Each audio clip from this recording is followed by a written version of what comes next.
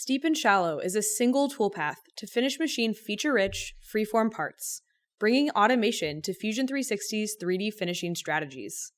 Steep and Shallow combines the strengths of traditional 3D finishing toolpaths by automatically detecting surface slope and applying the appropriate strategy.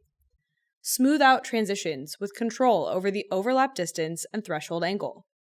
Choose from scallop or parallel to finish shallow areas and enable continuous passes for contour and scallop. Easily set the step over and cut direction in one single location.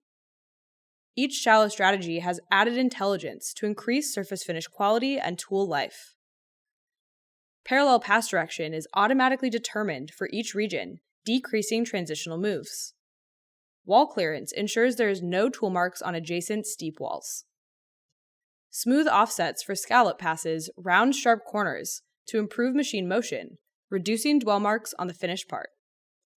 Cusps left behind along toolpath corners are automatically detected and removed to further refine the final surface. Advanced pass ordering options give you further control over the final toolpath. Steep and Shallow automates and optimizes finishing even complex 3D components with high-quality results, all in Fusion 360.